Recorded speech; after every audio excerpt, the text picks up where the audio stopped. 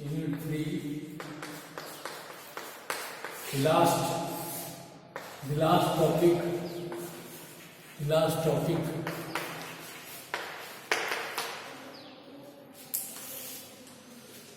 state responsibility.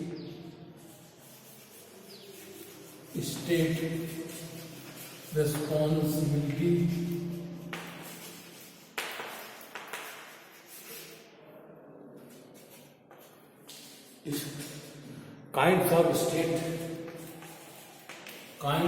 state responsibility.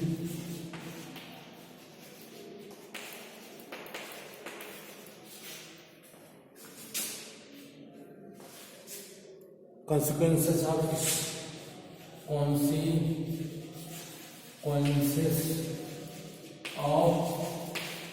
state responsibility of humanity.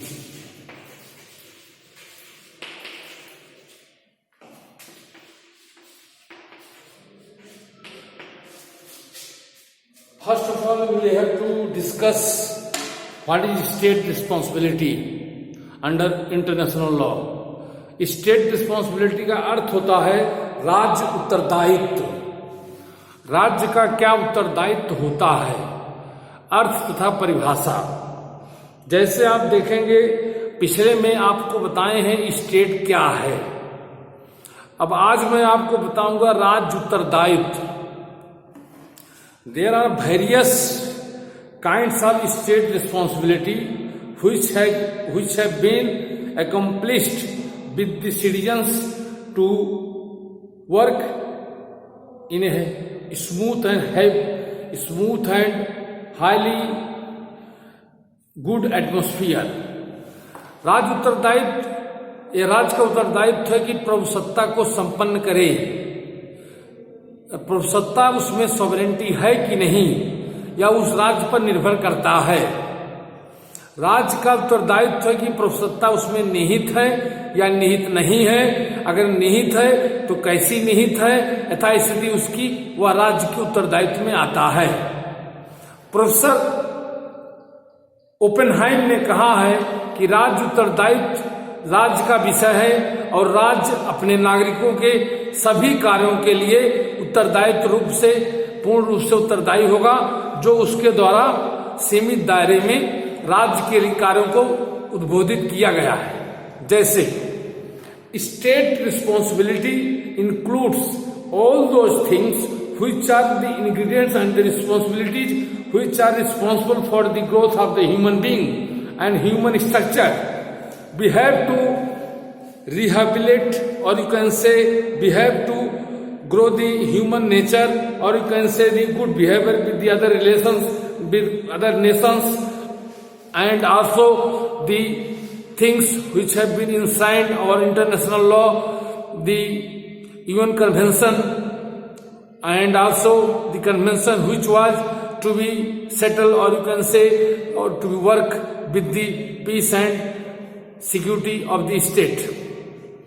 The peace and security of the state must be in a good form, or you can say in a such a manner that manner should be fully accommodated with the state citizens and the citizens' rights and duties.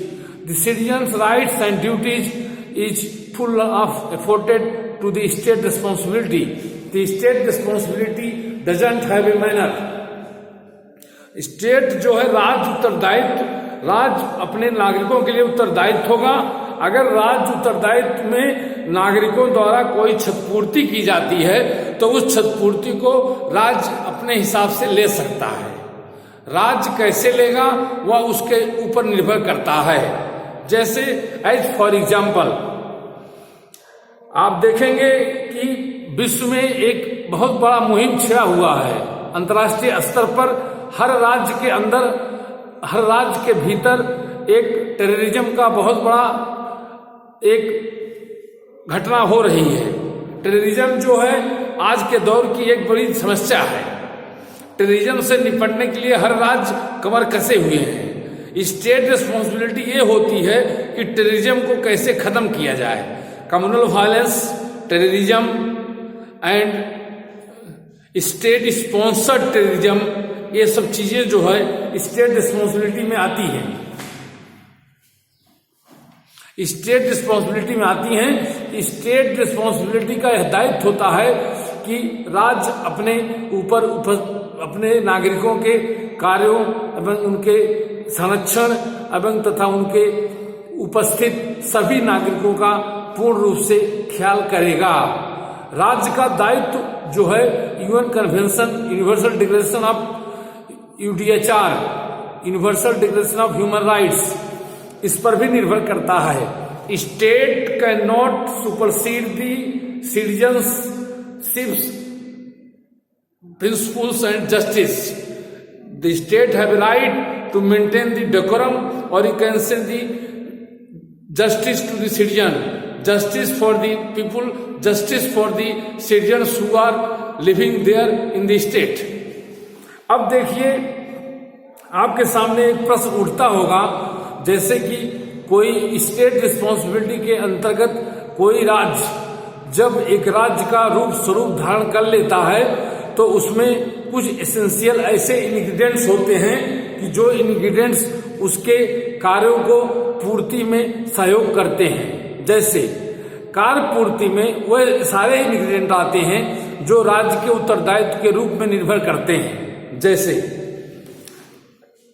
As for example, Bharat का नागरिक या भारत में रहने वाला एक terrorist जो है Uganda में बहुत बड़ा घटना करता है, क्या उसके ऊपर मुकदमा कहाँ चलाया जाएगा? क्या स्टेट रिस्पॉन्सिबिलिटी उसकी क्या बनती है? युगांडा में मुकदमा चलाया जाएगा कि भारत में चलाया जाएगा? तो आप देखेंगे कि स्टेट रिस्पॉन्सिबिलिटी उसकी बनती है कि जहां पर घटना घटित हुई है, जहां पर घटना उसने घटित किया है, वहां पर मुकदमा चलाया जाएगा, उसे वहां से लाया जाएगा। उस लाने की प्रक्रिया में एक महत्वपूर्ण विषय है प्रत्यर्पण की संधि। प्रत्यर्पण की संधि होती है। प्रत्यर्पण जो होता है एक्सट्रेडिशन होता है। द प्रत्यर्पण की संधि अगर उस राज्य से उस राज्य के बीच मध्य हुई हो तो वह व्यक्ति बड़े आसानी से भारत लाया जा सकता है। अगर राज्यों के बीच ट्रीटी के दौरान प्रत्यर्पण की संधि नहीं हुई है तो वह व्यक्ति भारत लाने में अपने आप को भारत सरकार लाने में असफल मानेगी, क्योंकि प्रत्यर्पण की संधि की अवधि 5 वर्ष होती है और राज्यों के मध्य एक परस्पर व्यवहार, सद्व्यवहार और गुड सेटलमेंट और you can say the piece and security को देखते हुए यह होती है। अगर राज्य पूर्ण रूप से प्रत्यर्पण की संधि किसी राज्य से किए हुए है तो उसके लिए यह सहज होता है कि वह अपराधी को अपने अंदर या अपने भूभाग में आसानी से लाकर उस पर मुकदमा चला सकता है।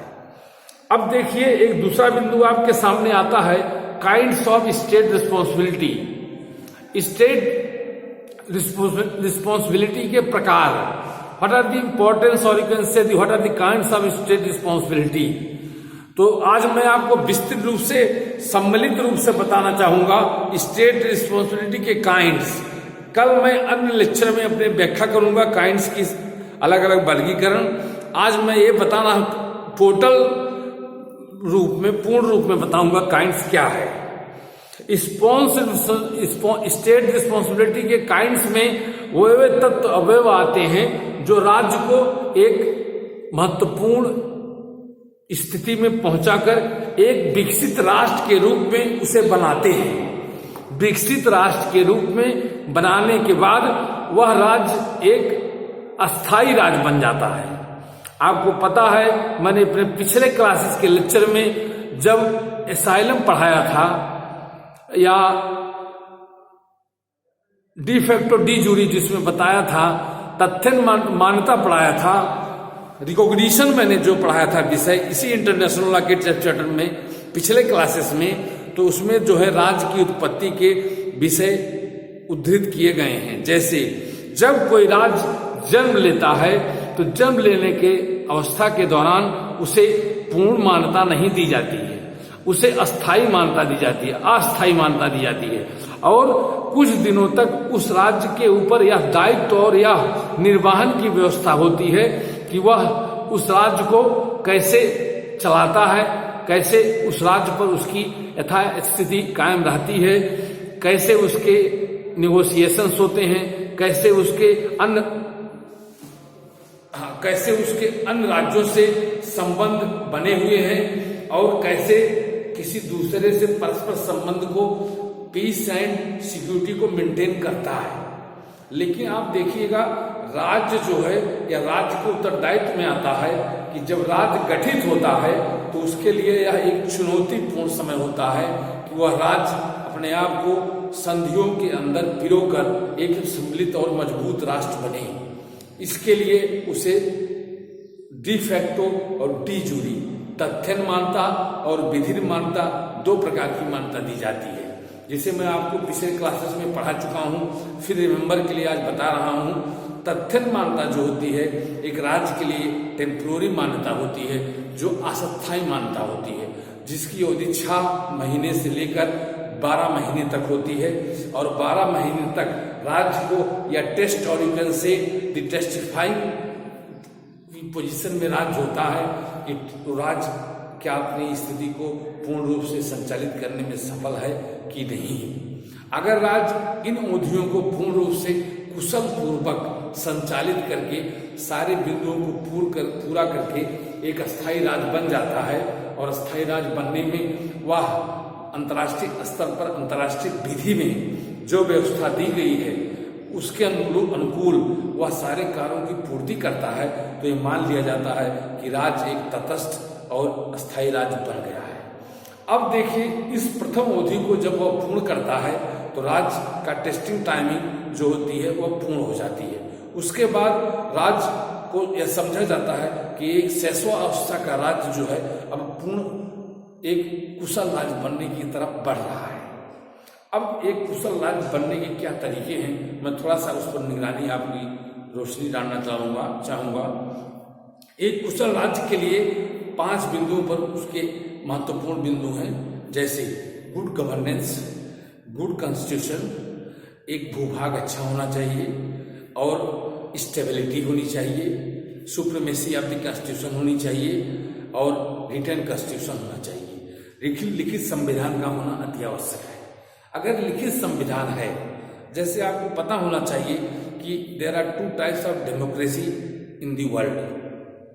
Whenever you travel there are 199 countries are in UNO have been recognized, and the countries who have been recognized by the UNO, संयुक्त राष्ट्र संघ द्वारा जो राज्य मान्यता प्राप्त है 199, उसमें आपको अगर मान्यता मिल जाती है तो आप देखेंगे कि जो राज्यों को मान्यता मिली है, जो रिकॉग्नाइज हो जाते हैं, वह राज्य के अभिन्न अंग संयुक्त राष्ट्र संघ के अभिन्न अंग होते हैं और उनको WHO जो स्पेशलाइज्ड एजेंसियां हैं उसकी संयुक्त राष्ट्र संघ की, उसके सारे लाभों को वह राज्य प्राप्त करना शुरू कर देते हैं। जैसे आपने देखा होगा कि अंतर्राष्ट्रीय मानवाधिकार अगले सेमेस्टर में मैं पढ़ाऊंगा, थोड़ा सा यहाँ उद्धृत कर दूं कि जैसे आप पल्स पोलियो है, पल्स पोलियो का जो अभियान है वह भारत का अभियान नहीं है, और WHO का अभियान है, विश्व स्वास्थ्य संगठन करता है पल्स पोलियो। अब देखिए जैसे इस समय हमारे देश में कोरोना महामारी चल रही है, कोरोना महामारी में पूरा विश्व जो है संक्रमित है और पूरा विश्व परेशान है। इसके लिए वैक्सीन की हर देश अपने स्तर से प्रयास कर रहे हैं, लेकिन फर्क इसमें एक देखना पड़ेगा आपको कि एक विकसित राष्ट्र एक विकासशील राष्ट्र का प्रयास बराबर नहीं होता है। जो विकसित राष्ट्र अमेरिका, जर्मनी, फ्रांस, ब्रिटेन, ये ऐसे राष्ट्र हैं जो वैक्सीन को लाने में जल्दी प्रयास कर रहे हैं और वैक्सीन जल्दी ही हमारे बीच जनवरी-फरवरी तक आ जाएगी। लेकिन जो विकासशील राष्ट्र हैं जिनकी स्थिति पस्त है, जैसे पाकिस्तान की स्थिति पस्त है, वो वैक्सीन क्या निकालेगा। जैसे बांग्लादेश है, जैसे नेपाल है, जैसे सूडान है, जैसे बर्मा है, छोटे राष्ट्र हैं जो ऐसा स्थिति उनकी जो है इकोनॉमी बड़ी डाउन है और वैक्सीन क्या निकालेंगे। उनकी स्थिति जो है पूर्ण रूप से ऐसी स्थिति में नहीं है, वो एक किसी भी स्थिति का उपचार कर सके। इसीलिए जो संयुक्त राष्ट्र संघ का जो अधिनियम है, जो विधि है, उसमें राष्ट्रों को सीधे जोड़ दिया गया है। और राष्ट्र कब जुड़ेगा? जब स्टेट रिस्पॉन्सिबिलिटी को राष्ट्र पूरा करते हुए, अपने नागरिकों का ध्यान करते हुए, नागरिकों को सारी व्यवस्था उपलब्ध कराएगा। नागरिकों में कम्युनल हार्मनी नहीं होगी, नेशनलिटी होगी। कम्युनल हार्मनी नहीं होगी, नेशनलिटी होगी, राष्ट्रीयता होगी, राष्ट्रवाद का पराभव होगा और हर नागरिक की रक्षा होगी।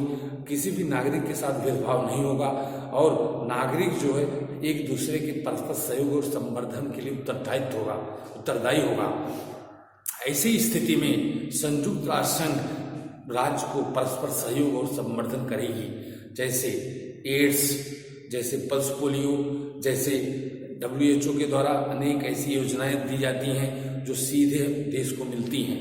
आप देखे होंगे कि नेशनल, इंटरनेशनल, डिस्ट्रिक्ट 3 ऐसे कमीशन होते हैं जो ह्यूमन राइट कमीशन का गठन किया गया है, मानवाधिकार का गठन किया गया है, राष्ट्रीय मानवाधिकार का गठन, अंतर्राष्ट्रीय मानवाधिकार का गठन, जिला मानवाधिकार का गठन। इन तीनों के द्वारा मानव की जो श्रृंखला चल रही है उसकी दिन पर दिन डे टू डे की जो खबर है वह अंतर्राष्ट्रीय स्तर पर पहुंचती है। अब वह पहुंचने की प्रक्रिया राष्ट्र स्टेट रिस्पॉन्सिबिलिटी के अंतर्गत ही होती है। कैसे पहुंचती है आपको विधा बताते हैं। जैसे आप देखेंगे आपके जिले में मानवाधिकार का एक ऑफिस होता है जिस मानवाधिकार में कुछ अधिकारी रखे गए हैं। जैसे कोई घटना घटित होती है, कैसे आप देखते थे कि 1980 IPC का गठन कब हुआ? 1960 IPC का गठन हुआ है। 1960 IPC का गठन होने के बाद आप देखेंगे कि इस देश में निर्मम हत्याएं होती थी, निर्मम हत्याएं होती थी और निर्मम हत्याओं के तहत मानव की जीवन को बहुत आसानी से लोग मृत्यु के दायरे में बांध देते थे। लेकिन अब ऐसा नहीं है। मानव एक ऐसा वस्तु नहीं कहिए, एक ऐसी श्रृंखला है जिसका मरना और जिसको जीवित रखना यह अंतर्राष्ट्रीय स्तर पर एक बड़ी मुहिम है और जिसमें संयुक्त राष्ट्र संघ का एक बहुत बड़ा रोल और अभियान है। जैसे कोई महिला है, कोई पुरुष है, कोई वृद्ध है, कोई विधवा है, कोई बालक है, तो उसकी हत्या निर्मम रूप से कर दी जाती है। तो वहाँ पर आपकी Indian penal code, IPC, CRPC, evidence, civil law जो है वो काम करते हैं।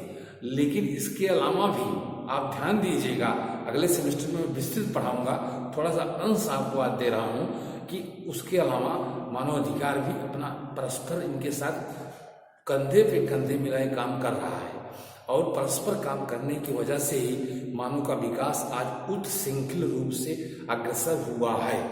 जैसे आपके गांव में पहले घटनाएं हो जाती थी, किसी महिला की हत्या हो जाती थी, उसको लोग जला देते थे, जलाकर फिर उस पर कोई अमल नहीं होती थी, पुलिस आती थी, बहुत होता था, FIR जीडी दर्ज होती थी।